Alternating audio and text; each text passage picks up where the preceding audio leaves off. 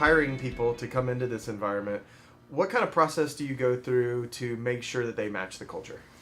Part of what I want to do when I'm hiring is get the candidate hooked up with one of my employees so they can ask questions about the boss behind the boss's back. I mean, because that's right. I mean, Right. how is Doug really? You know, because I can say all day long, oh, you know, I'm not a micromanager, but you know, people can fool themselves, and my employees know better than most exactly how I manage people.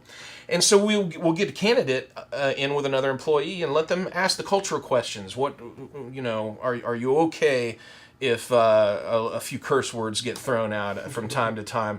Is that going to hurt your sensibilities, you know?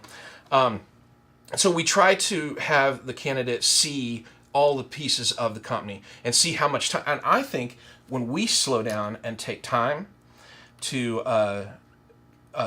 interview properly and to vet properly, the person that ends up making it to the top of that also appreciates that we've gone slowly and that they've made it through all that process, because it almost feels like they've won a prize at the end of the day, because they got to work for us after all of that vetting and steps. And in fact, we even took our last, and this is a brand new thing I just started, took our last hire out to dinner. He and his wife, me and my wife, who's my wife is co-founder of the business, just to have a social interaction. It wasn't an interview. I mean, kind of is, because you know, if we find out that a spouse is crazy,